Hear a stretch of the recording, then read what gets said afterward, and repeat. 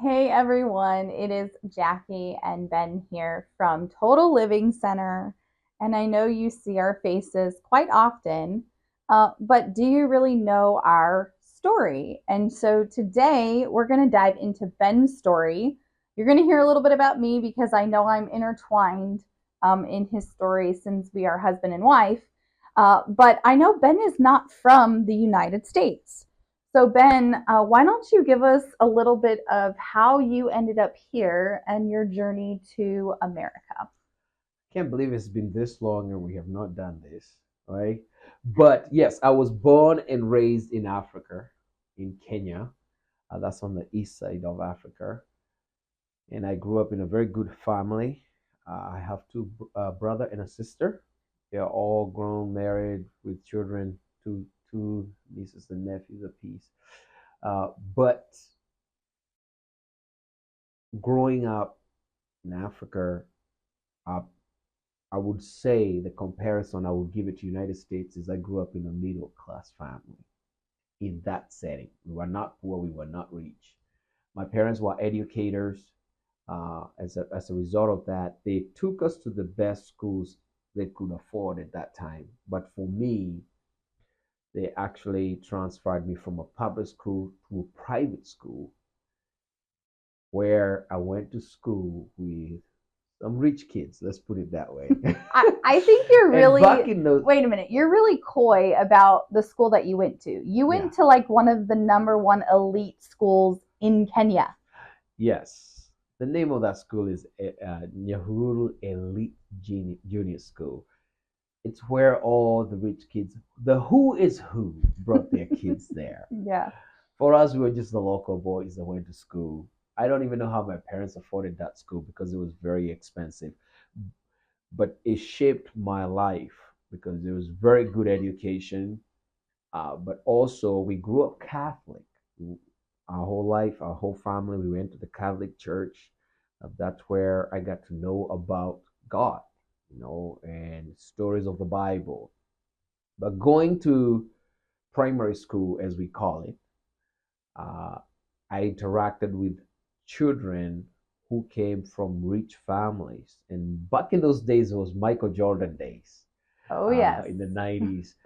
And for whatever reason, as a young kid, you know, 10, 11, 12, you see your fellow schoolmates and they always had all these nice stuff like Air Jordans, Mm-hmm. uh, Jordan jerseys. Back in those days, it was golden in Africa to have one of those. And I always asked the question, how did you get this? And it's almost everyone saying, I either got it from my brother who is in the United States, my cousin in the United States, my uncle. There was a relative that was in the United States that would send them this good stuff. And then we had a neighbor who lived next door to us. She was a fellow teacher with my parents, and she had a green card. She received a green card, and she came over to the United States. And when she sent over the photos, she was very skinny, just to say the least. Yeah. But when she came to United States, she sent the photos. She was very healthy. I'm like, what do they eat out there? Now I kind of know what they eat out here. But at that time, and then nobody ever came to United States and came back home.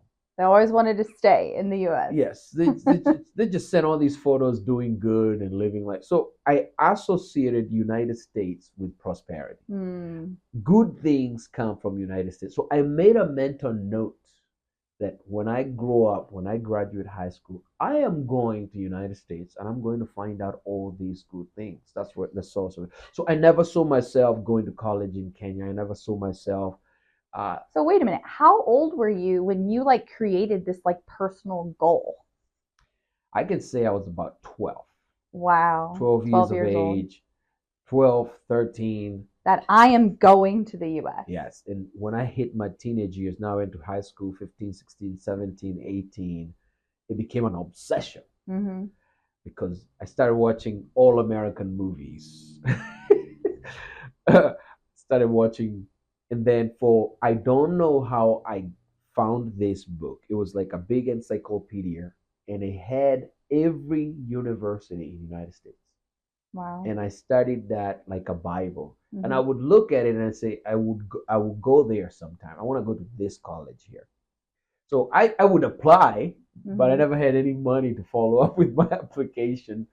I would apply for the lottery that came on the newspaper, hoping one day I'll hit a Wait, jackpot. I think people don't realize that there are people in other countries that Mhm. want to get here so bad, and Kenya does something like a lottery Yes. where they give you a visa to come to the US. Yeah, they put it on the newspaper. If you like to go to the United States, you can play the lottery. Wow. And a few people have gotten those. Hmm. But compared to everybody that wants to come to the United States, it's like one in a million, you Right, know. right. So I used to apply every day. I read up on everything about United States, listened to hip hop. That was back when hip hop started and Yeah. rap, all the artists that we know. Uh, and we listened to it, we sung it, we danced to it. But after so in high school, uh, let me go back to when I was 12 years old. Hmm. In our primary school, you had to take three things to school: a Bible, a dictionary, and an atlas. Hmm. Those were requirements. And we always read Bible scripture and sang some songs from a hymn. It was a private school, it was not a Catholic school. So Hmm. this is the first time to be introduced to Protestants, people that I see. believed in the gospel and being born again. And one day, my fellow classmate, his name was Jose, he sat behind me. He was 12 years old. He was the son of a pastor. He was a PK. He actually preached the gospel to me and absolutely destroyed every belief I had on the Catholic faith.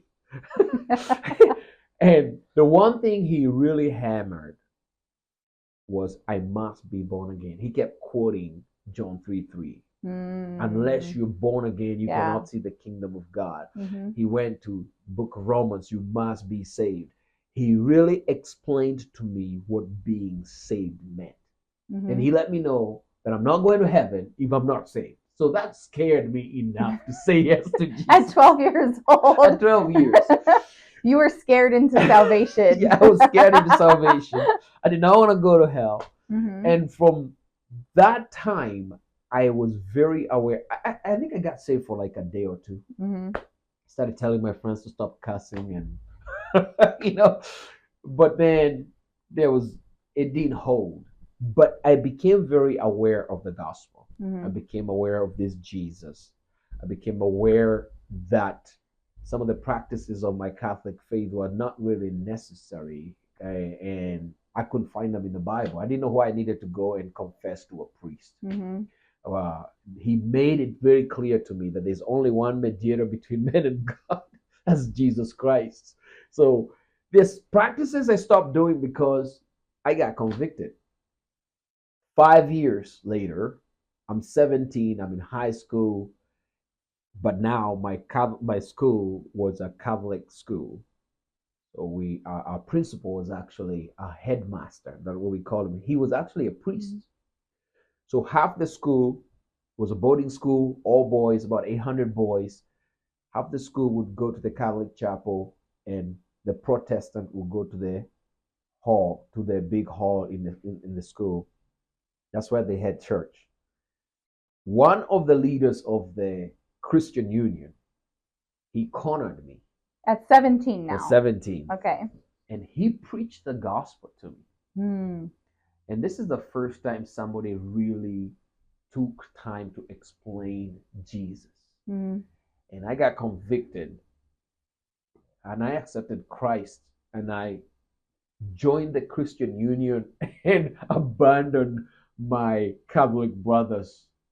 And it was an emotional thing. Yeah. I did not like it. But for about a year, I was an on fire believer for Jesus. Hmm. I went to prayer meetings, I read scripture, I spoke, but there was a problem. Hmm. Every time I would go home during the holidays, because our system normally, the way it operated, You went to school 3 months, you were home 1 month, 3 months. Yeah. When I went home, I began to sneak. My parent, when my family would go to the Catholic church, I would sneak through the back door and go to the Pentecostal church. Yeah, but my dad came to know about it, and Oh being a good no. father, I have nothing against my dad against this. He said, "What is this that you're doing?" Uh, in my house, everybody goes to church, Hmm. so meant the Catholic Church. So I didn't have any meaningful discipleship, and I started getting back into my old sinful ways. Hmm. You hook up with your girlfriend, and this, and just things took a toll. And I began to get into sin, and from that moment on, I knew if I went back to school after the holiday, there's no way I was going to be able to fake it in front of my Christian brothers, knowing that I was living in sin the whole time during the holidays. And now here I am. So I made a mental note Hmm.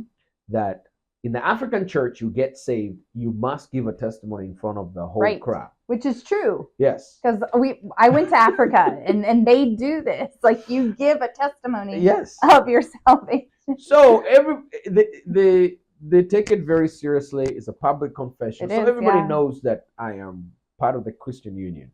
So I decided I'm going to ask for permission from one of our leaders during the first service, Sunday service. Hmm. I see if I'm going to give a testimony. But I'm going to let everybody know that from that day on, I'm not born again Hmm. anymore. Gosh, you're bold. So what I did is I asked for permission. I stood in front of all these hundreds of boys and I said, from this day on, I am not born again. And I got off the Wow. stage. They did not know you were going to say that. They did not know. So these leaders, they're looking at each other like, what just happened? They think you're giving an awesome testimony, and here you just profess that I'm not a Christian anymore. Even the other unsaved boys, they didn't know how to handle that. Right. They were just like, okay. But what I wanted to do is that I felt I can't live this double life anymore. Yeah. I just want to declare it so I can do whatever I want. And from there on, my life just took a downtime. Yeah. That's when I started sneaking out of school with all the other crazy boys. And we would go clubbing, drinking, got involved with girls. My life just became a party life. Mm-hmm. So I graduate from high school. And you still have this desire to come to America. Oh yeah, oh yeah. It intensified Mm-hmm. with age. And at that time, in my mental note, I did not believe that I was going to go to any Kenyan universities. Okay, I didn't see myself there. My goal was, my vision was, I'm going to find a way to go to school in the United States. Mm-hmm. That was the way I was going to get here. But for the first year, my dad said, when you're still waiting for the results or where to go, you need to go to some college. So he took me to an accountant school. Mm-hmm. So I did CPA 1. I absolutely hated. Okay, wait. Accounting. Knowing your personality and how you're not a detail person, technically, you're not like all the ins and outs. Mm-hmm. For you to be in a CPA class, that had to have been like nails screeching on a chalkboard. Oh my goodness. I never loved that. Do you even remember anything from that CPA? I don't even know. I never even went to get my results after I completed.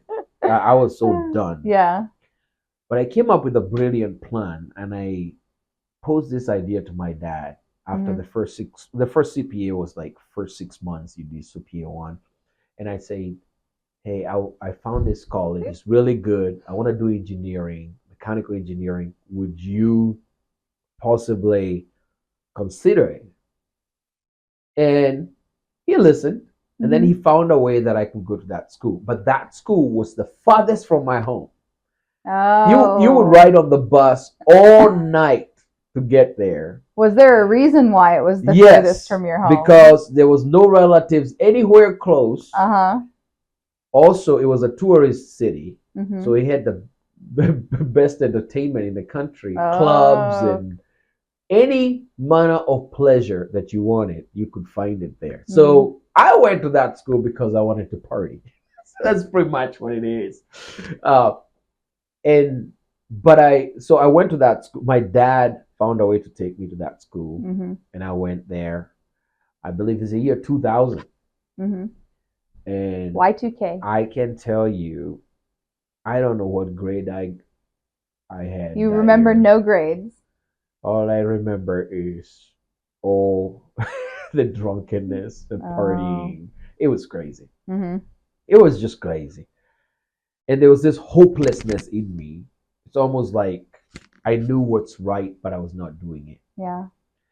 Do you feel like you were drinking your life away and partying so much because you were trying to drown out these desires, like these strong desires and purpose you had of wanting to come to the US, but feeling like there's no way?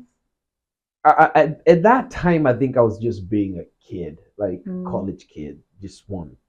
I just want independence. It's the first time I'm not in my mm-hmm. parents' house. I can do whatever I want. It was that phase. But the desire to come to United States, my dad, one day, I was talking to my best friend. His name is Peter. Mm-hmm. And my best friend, we went to school. This is my best friend. And out of his mouth, he said these words like, my dad went to United States and he studied at the University of Illinois. And I looked at him and I said, what did you just say? Your dad went to school in the United States? Yes. And he came back? Yes. I would like to meet your dad. So Because you were on a hunt. yeah, because this is the first time I was going to talk to a real witness of somebody who actually came to United Came States, to, lived went here, back. that was going to give me fast hand answers of what I was looking for. Wow. Yeah. So I was very aggressive, and he allowed me to go. He set an appointment with his dad. Mm-hmm. I remember I walked 4 miles to his house and met with his dad, and I drilled his dad with every question I believe I ever had in my mind about United States. Just sat there for like 4 hours and just. Then I walked back home. Mm-hmm. His dad, when he met my dad, this is what he told my dad. Uh, if you ever have an opportunity to take your son, or your son to go and study in the United States, I think you should pursue that because I think he would do well over there. Mm, He asked me, he had asked me so many questions that my own children have never asked me. wow. Now, one of his sons is actually in the United States. He came and joined the Navy.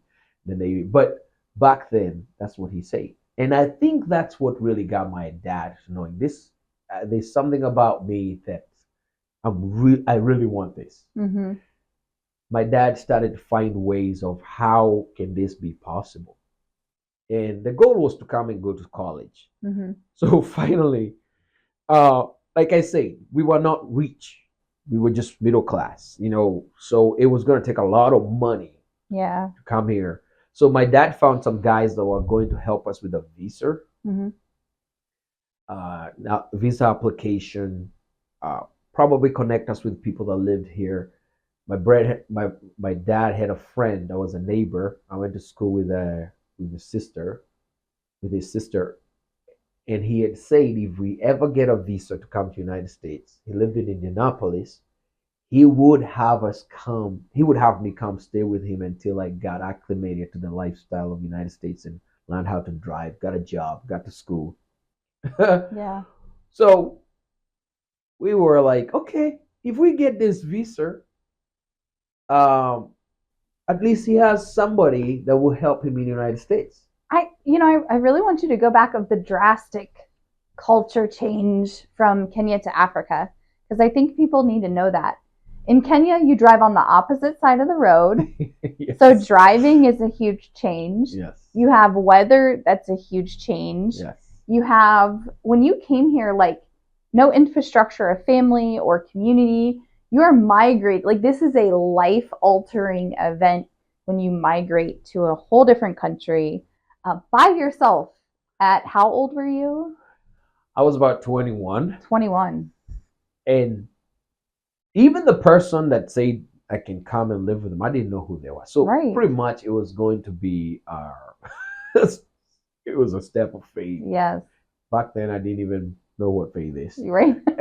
I was just determined I'm going to get there at Yeah. all costs.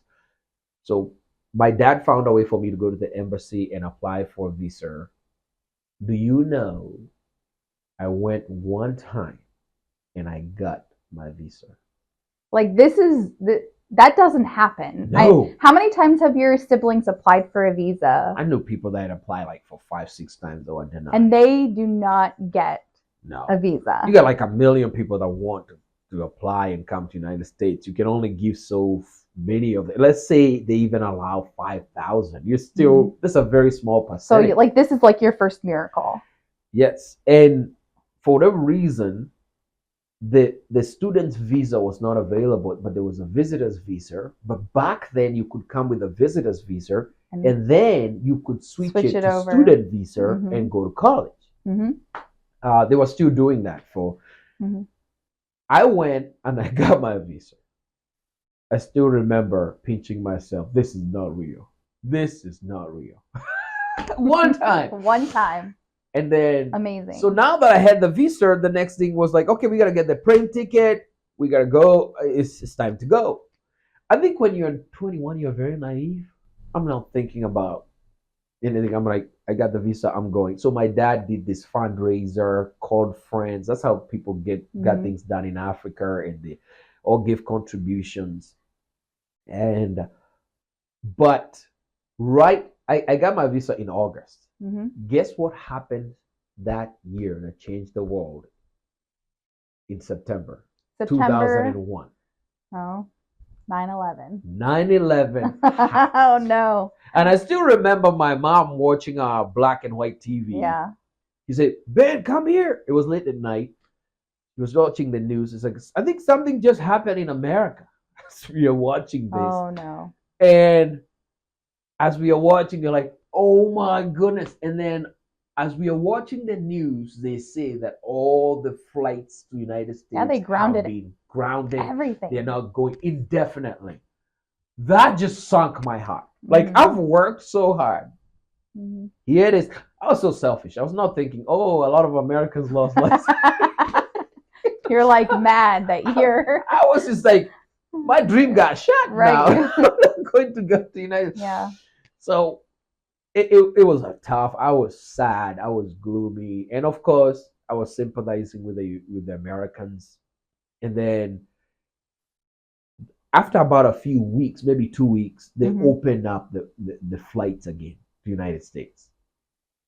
So I went to my dad and I said, can you get me this air ticket before they make their mind to close this place down again? Right. So my dad, he saw the sense of urgency, and that's when he got contributions and actually got a ticket. I got a one-way ticket. One-way ticket to the U.S. And what day did you step on the soil?